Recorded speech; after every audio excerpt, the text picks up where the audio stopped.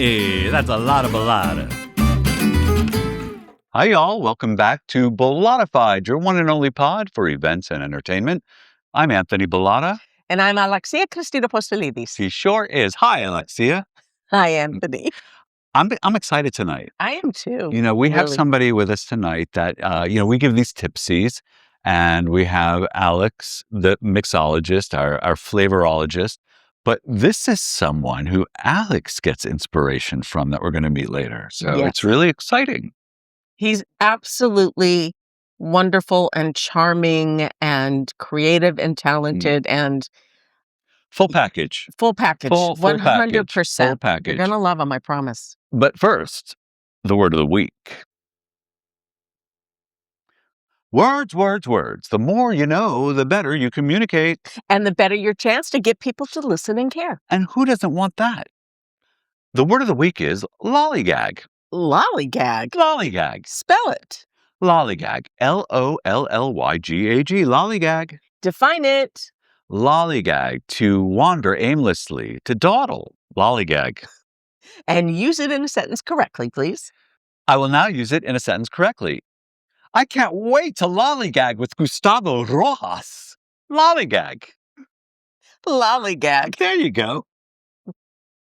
Now, it's your turn. Tell us what you think of the word of the week. Just leave your comment below, like and subscribe, ring that ding-a-ling bell, and please don't lollygag. No. Don't. Or dilly-dally. Don't do that either. Because, you're just going to bumfuzzle us if you do that. We don't want to be bumfuzzled. We'll send you right up to the C-suite. Today, we have with us the man responsible for getting so many of us through the COVID times with his incredible YouTube channel, Hey Bartender. He also has a degree from Southwestern College in hotel operation management and a vast amount of experience in food and beverage management. And currently, he is the main mixologist and bar leader at the Pony Room at Rancho Valencia Resort. Please welcome the incredibly talented Mr. Gustavo Rojas.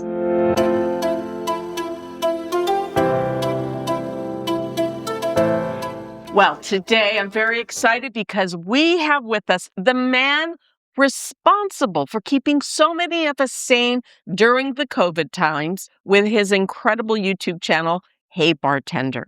He has a degree in hotel operations management from Southwestern College. He has extensive experience in food and bar management and is currently the main mixologist and the bar leader at the Pony Room at Rancho Valencia Resort and Spa. Please welcome the incredible Gustavo Rojas. Gustavo. Good evening, you guys. How are you doing today? How are you doing? Thank you so much. Anthony, thank you very much.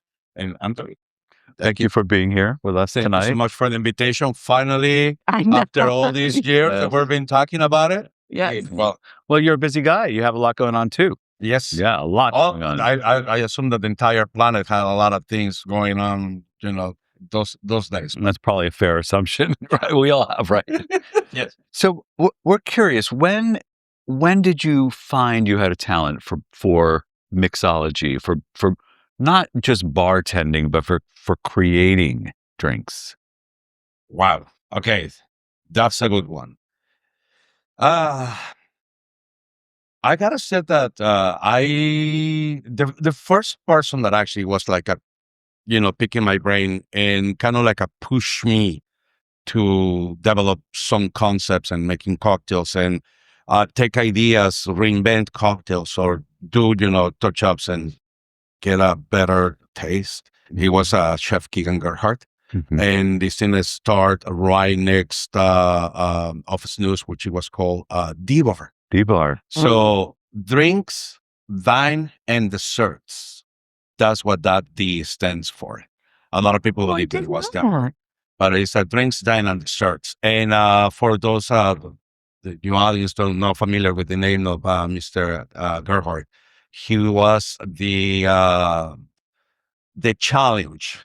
Pastry Challenge, that was his TV show. Oh, so he was a celebrity chef. Okay. And 6'7" German-American guy. If I remember well, 9 times best USA pastry chef, 3 times best France pastry chef. And when I got into his bar, I remember one of the first cocktails that I created under his inspiration, it was the salted caramel martini. Oh, That ended up being the best dessert martini in town. really? Yes. So he encouraged you to experiment?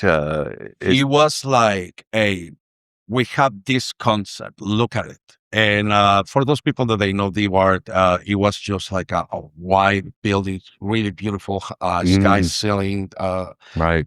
beautiful decoration, very foodie, you know, like, and it was like, we need things that they pair up with our standards.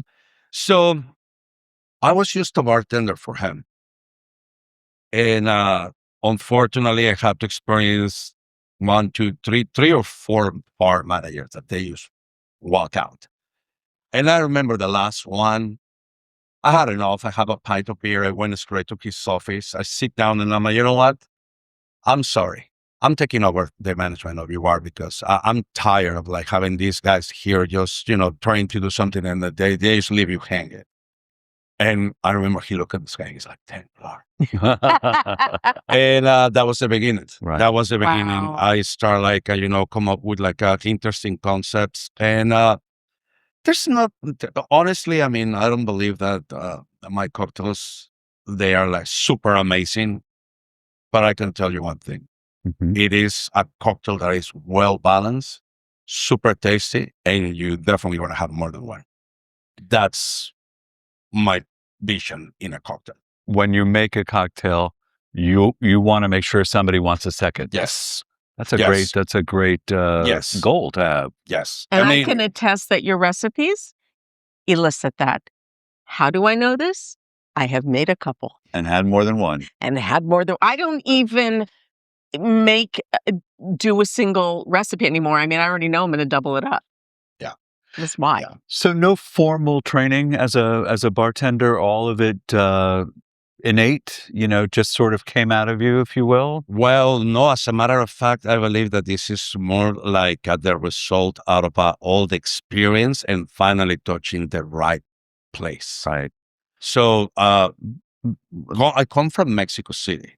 I was born in Puebla, so it's a state 2 hours and a half down southeast from Mexico. But I work in one of the nicest nightclubs in Mexico City, which people that they're Hispanics, they know Alejandra Guzman. So the father of her daughter, Pablo Moctezuma, they have this nightclub called Danceteria Su. And the concept, it was based on the people, you know, like a 6 foot tall, muscular, very good looking bartenders, you know. And I was just like looking at these guys and I'm like, man, I want to be one of these guys, you know. And then I see him counting the money and I was like, I want to be one of these guys. But I bartended in Tijuana for 9 years. That's where I picked my broken English. I'm sorry. It's beautiful. No, it's beautiful. Thank you. Thank you.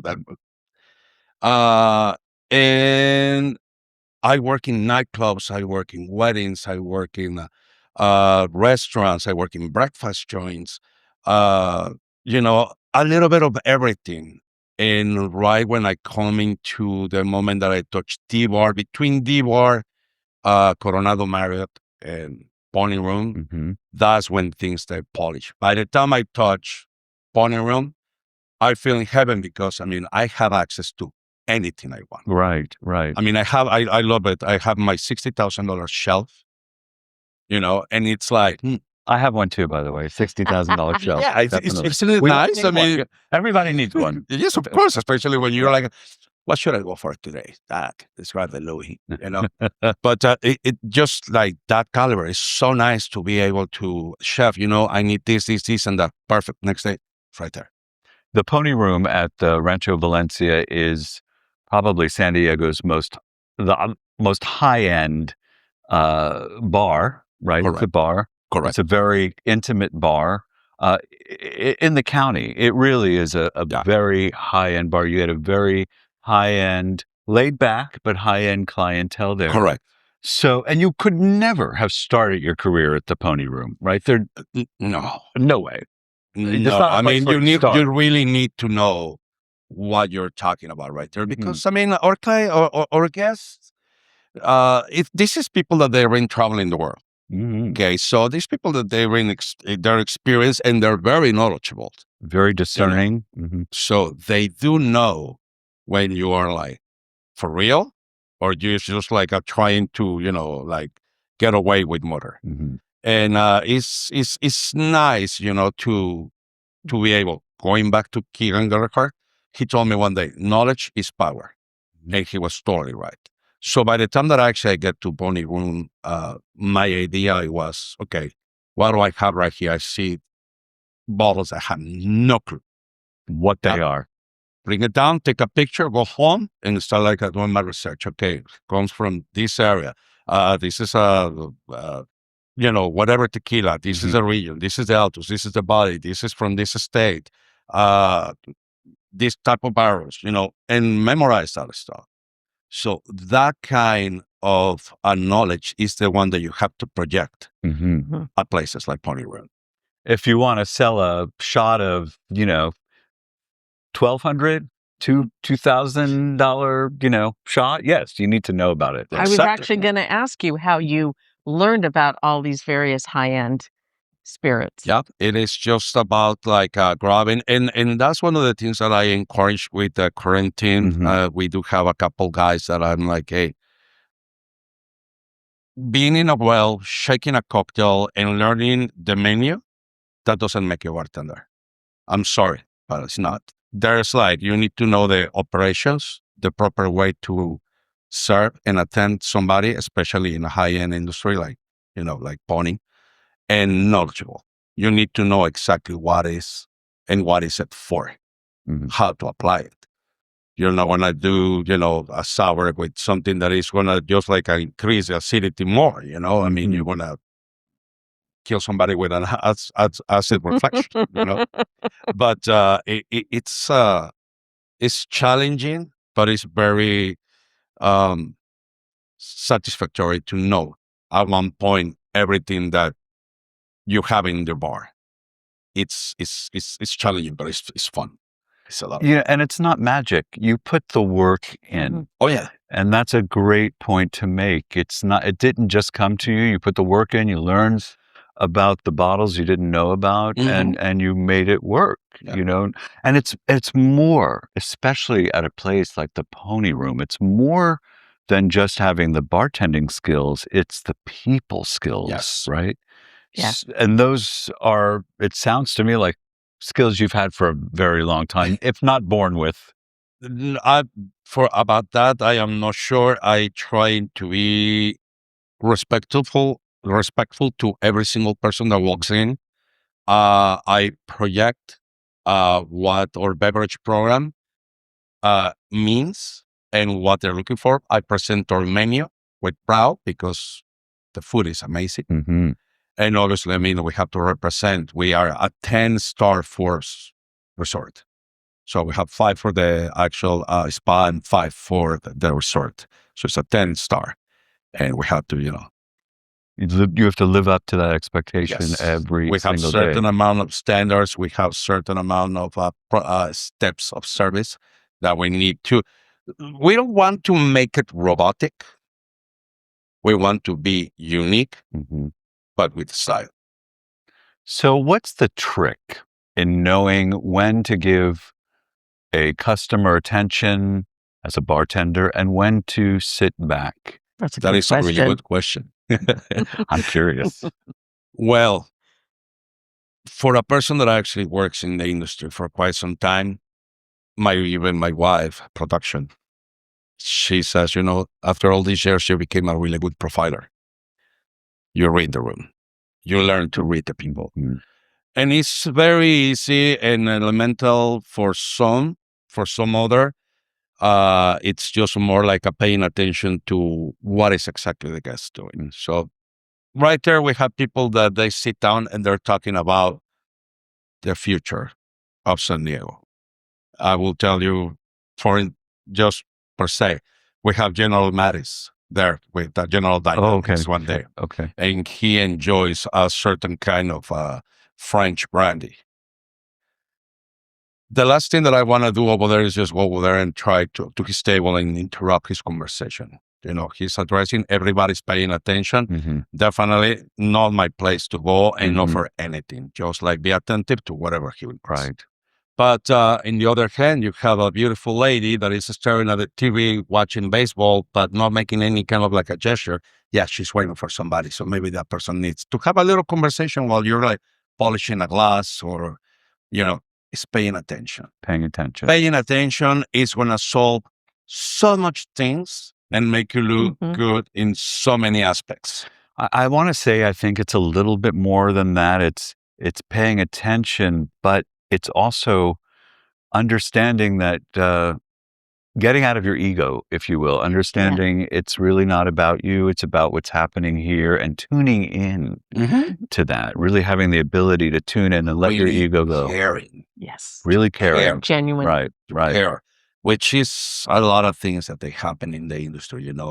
People, we care, and there's some people that just want to make money. Yes. And that's a very big difference. And in hospitality, if you just want to make money, you better stay in your office. You better not come out on the floor. Or maybe you should just, get out of it altogether, because we're in the business to be hospitable. Yes.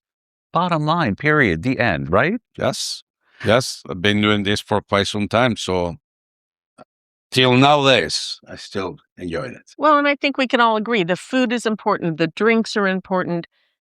The experience is what's most important, and it's the experience that brings people back. Right. So I can go to an establishment and everything is perfect. And then maybe I go one day and maybe the food isn't quite as good. It's still good, but it's not quite as good.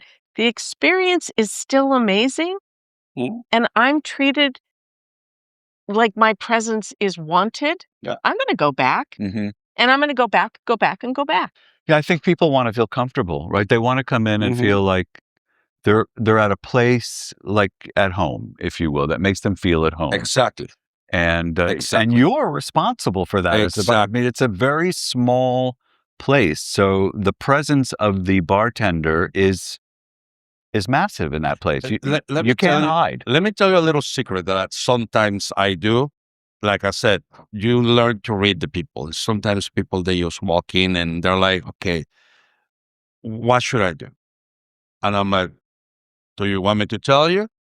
And I grab the menu away, or you want me to show you? I love it. Yes. He's like, you know what? Show me. Beautiful. Great. And just give me a little hint here and there, and let's start your dining experience. Ask a few questions, get some information. Just get it if he's like in the mood for something heavy or something light, if we have so many food restrictions, any kind of allergies, and what do you drink? And then I curate everything for them. That little thing bumps your service up here. Absolutely. And it's never going to come down. It's like, that's my first experience. It was fantastic. And it's nice. And it's even nicer when a guest from, the usual people that they come to Pony Room allows you to do that for them. That's super. That's super nice. Well, especially once you do it, you make the connection. You've given them something they really like, maybe even surprise them a little bit, right? You're in like Flint now, right? It's excellent. What mistakes do you see? You're the lead bartender, right? So what mistakes do you see from other bartenders that you correct, or maybe they even annoy you, or you what are those things that need to change? That if I was a bartender, I'd come to you and you'd give me these rules. Never miss work. No. Never miss work. Is that? It's like one of the main things that happens in the industry is like missing work. Calling in. Yeah, just like, it is easy for somebody just to get up in the morning and be like, you know what? Hey, I don't feel good today. I'm not coming in. And that just goes in a little chain reaction because now you're short behind the bar. There's 3 bartenders or 4, whatever it is. Multiplies the work, and hopefully nobody else calls off, because then they take another one out of us outside, and then chaos. Like what is supposed to be for us to be on a cool, manageable environment to provide service, it turns into a nightmare. Of course. Mhm. And Mhm. to be on stage with that mindset is super difficult, Sure. especially after quite some time. Yes, it turns frustrating. So that's like one of the main things that I will say. Be Just show up. responsible. Just be responsible. Be adult. I mean, even like it's being honest. Hey, I don't feel like dealing today with our guests. Perfect. Stay on the well. I take the top. Done. You're happy. I'm happy. The Everybody's guests are gonna be happy. happy. Yeah. So just communication with your team. Number one. Number two, well, I mean, if you don't know what you have on hand, how are you going to be able to sell it? So a study is one of the main things that actually I just ask everybody, and it's like being knowledgeable. Know where do your bottles are, and one of the things that they always, I want a few times it happens too often, I guess. Hey, where is this bottle? I turn around like right there. Uh, Hey, where is this one? Right there. I'm like, guys, we have it selected by sections. Why nobody has paid attention to where to do these right, things? right. But I mean, it goes day by day. All of us were humans. All of us I make so many mistakes, to be quite honest, too, that I don't want to call off on anybody. Well, humility, it's a good trait to have as a bar leader, or as any leader. Exactly. Gustavo, where do you see yourself in 10 years? Have you thought about that? Retire. Don't say retire. I knew you were going to say that right after I asked. Man. Okay, I have a plan. Hopefully, God in the middle of this thing is going to allow me to do it. My wife and I were thinking about to retire to Mexico, but basically my idea is to go to the small little town where I'm from that both of us we love. It's called Atlisco, Puebla. You see in the channels, you want to know exactly what Atlisco is. Right now it's called a magic town. So it's like super popular. And there is nothing, not even close to what I can bring into the table. So it is retiring over there. It's either start a bartending academy or open up a bar. And I will tell you why. There is one book, or I'm not sure exactly, the 100 best bars in the world. And I am a mezcal fan. So I was in Oaxaca. I was super excited. I went to this place and I walk out of there so disappointed because for the $30 cocktail, yes, Oaxaca, Mexico, $30, one cocktail. I was with some friends and they're like, dude, you will smoke these guys any second. And I'm like, indeed. Wow. Yes. Yeah. So I can totally see myself either opening a bartending academy, having my small bar that is going to be open from Wednesday to Sunday. That's it. Writing a book. Ooh. I still, have some episodes already. And like I mentioned earlier, I have another chapter and just finalize that book one of these days and learn guitar. Yes. It's been my desire to play classic rock and flamenco style Spaniard guitars. Wow. So Those that are two is very, very different styles of music. But it's it sounds like a busy It's a retirement. I know. Very busy retirement. Yeah. Yeah, that's you could. Yeah, you're not going to sit down. I'm super in there. Once I actually my feet there on the floor. I don't know if you notice. I think I do have been diagnosed with attention deficit disorder, hyperactivity. I'm like, You're moving. I'm in the go. And I won't stop. Do you finish things? Always. There you go. That doesn't sound like ADHD to me. You finish things. I do finish it, but because like I want to see accomplished stuff. Like my problem is I want to finish it in the day. Oh, you sure? No. Yeah. And sometimes my patience is not helping me. So Mhm. I have Yeah. a term for that because I suffer from the same thing. I call it's my version of OCD, obsessive completion disorder. Yeah. I cannot stop until it's done. My Yeah. brain will itch if I don't That's it. Yeah. Yeah. finish. I get Yeah, that I don't. too. I don't Yeah. like to leave things for the Yeah. next day. Yeah. I'm the same Yes. way. I Yeah. like Hard. to get it done, and once they're done, I can actually just Mhm. be peaceful and big smile and move into the next one.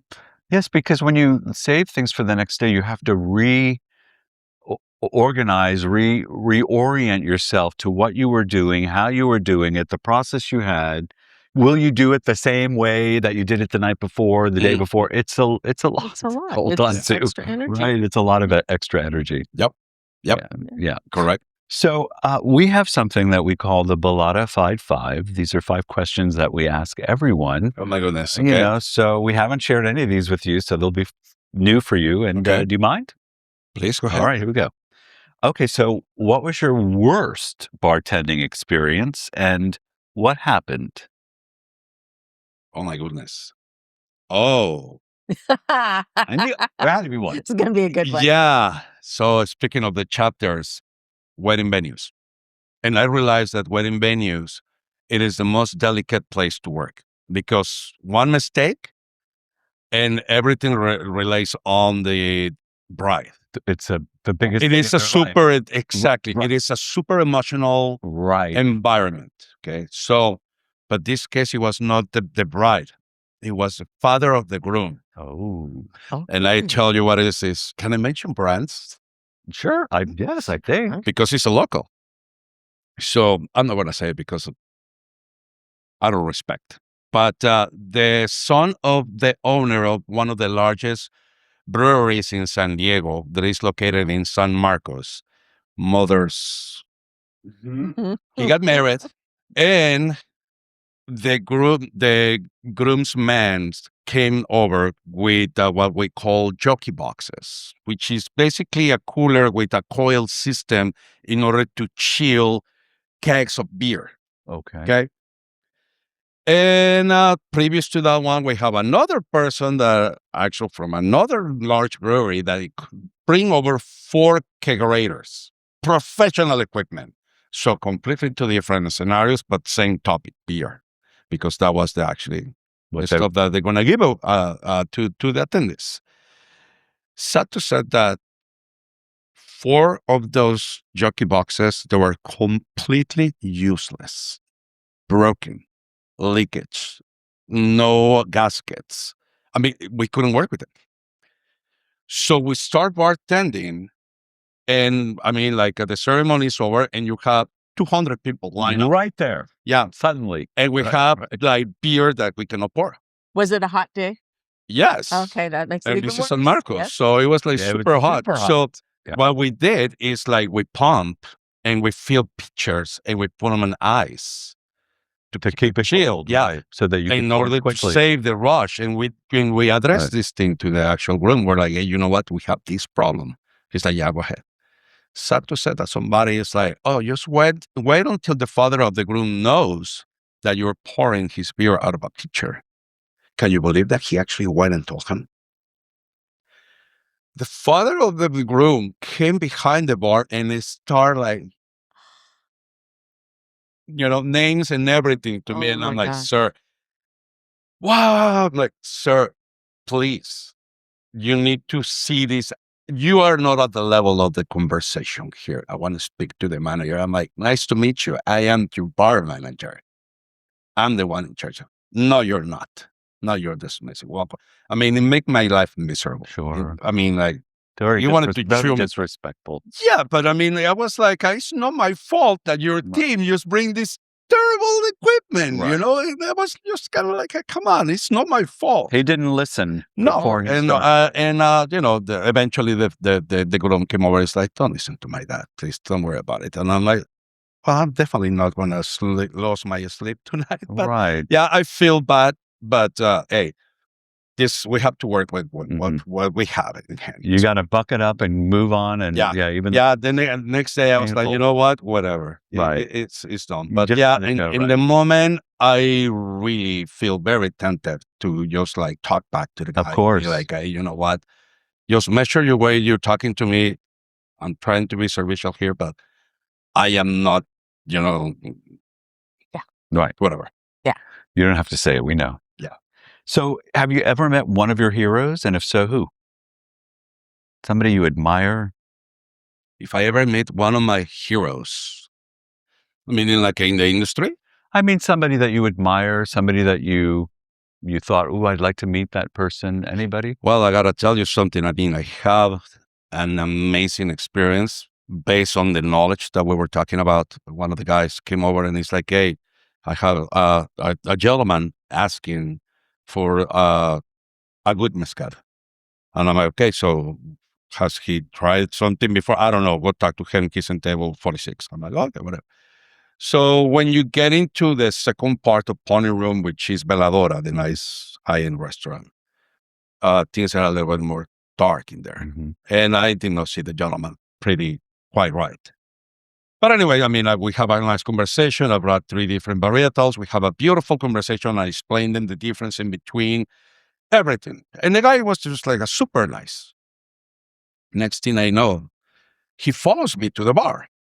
And I see him and I'm like, why is this guy so familiar? Why is he so familiar? And I said, he's like, you know what is your name? Gustavo, nice to meet you. Nice to meet you. Can I take pictures of the bottles? I'm like, sure, not a problem. Yeah. And he's like, hey, do you work tomorrow? And I'm like, no. He's like, well, nice to meet you. I'm Simon Levon. And I'm like, and he's like, I'm the leader of, lead singer for Duran Duran. I'm like, I know who you are. Of course I know who you are. Do you work tomorrow? And I'm like, I was working, as a matter of fact. I was supposed to work. And I'm like, no. No, I'm free. I'm like, free, no. free. He's like, do you want to come to my concert? I'm like, I would love to go to your concert. He's like, 2 tickets will be fine. I'm like, sure, it's okay. So I want to give you 4. I'm like, excellent. It's okay. I can give you 6, but no more than that. Okay. And I'm like, okay. Backstage pass. Beautiful. Wow. We spend, literally speaking, 15, 20 minutes in the backstage. I brought this really cool bottle of mezcal that I run that same day to Tijuana in the morning. You picked it up. Yes, I picked it up myself. I got some a really nice, really hard Beautiful. to find that. It was like probably like a night of bottle production. Beautiful. So he appreciated very Of much. course. And we exchange phones, we have emails, and soon enough, I mean, all the executive team of Rancho Valencia was sitting behind me, and they were like, what are you doing right there? And I'm like, oops. And he's like, what is that thing right there? I'm like, well, that's my backstage. And why I don't have a backstage? So meeting Simon Leon and actually, well, came at Quantices, it's one of my most amazing stories behind the bar. Yeah, that's a beautiful story. That's a beautiful Yeah. story. That's a hero. That's a hero That meeting. is. Mhm. Including one thing, my first song that I learned in English, it was by Duran Duran. Oh, really? Yeah. So I was like super excited about that. So this is going to be a tough one. What do you think people say about you when you leave the room? My goodness. Everything depends on the day, I assume, and the location. That's a fair answer. That really is. Yeah. That is. Yeah, everything depends on. Most days. I can, yeah, it feels like one of those days, like people can hate me. I mean, like I have a really short temper. Even though like it's really hard for me to be angry. You touch that button, it's like instant. Mhm. And I tend to react. So I can be a little too rough. I might say, and a little too sharp with my words. Mm. If you know what that makes. And it's not like a burden insulting, but it's very like a step out of the side. What brings you to that point? Is it When like for instance, one example, when I have something that I've been working hard on Mm. this, And I have somebody that actually changed one of my recipes. And just because of he's like, course. oh, you know what? This thing tastes better. I completely lost it. Of course, there's a lot of personal energy and time and Yeah. effort. No, but I mean, it's like, this is one of Yeah. those kids that I'm like, who told you that you can do that? I'm like, man, I mean, who told you? No, Mm. it's just like, consider that. Who are you to consider that? I mean, in especially with what this product in particular, because if you make something wrong, you can get people sick. Oh, So I'm like, you're playing here with fire, and it's my reputation in line, not yours, mine. right. I'm like, so don't ever touch my program ever again. That's, I can tell you, when I walk in, they can be like, he's an idiot. I mean, that's like taking a Van Gogh and Yeah. deciding that you need to change, a line, or Yeah. it's the same Yeah. It's thing. like, it needs a little Yeah. sparklings here. Yeah, It's like, I hope yeah, no, that's I no. hope that he learned and doesn't do that again, Yeah. because it's But in any other day, like, where does he get this energy? Mm. That is the main thing. It's like, I'm always like, you're this on. energy. Yeah. Yeah, you're on. Yeah. When I'm there, I have my coffee and There I'm you on it. go. Yeah. It's a nonstop. And last minute, I grab my glass of water, I walk, and I come home and I just lay down. I grab my guitar, I get my little club soda or my glass of wine, chill, relax. It's done. And right when I'm ready to go to bed, I go to bed. You 2 see- minutes, boom, out. You sleep like a baby. Oh, yeah. So you receive an invitation telling you are invited to bartend. Who sent you the invitation, or what place sent you the invitation? In other words, if you could pick where you can bartend, or who you would bartend for, who Mm. would that be? Where would that be? I mean, you're at a pretty decent place right now. I mean, It's harder to go. really It's tough. really It's tough. really tough. So- Like we were talking earlier. I mean, when I work at, to be quite honest, I would like to have one more week at Over the Border. One more week at Over the One more week at Over the Border. Mm. Yeah, that place, it was.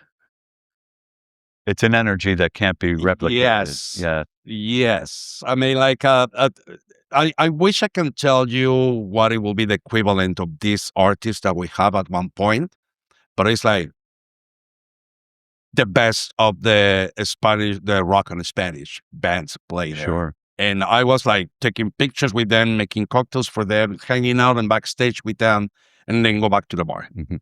and keep doing my work.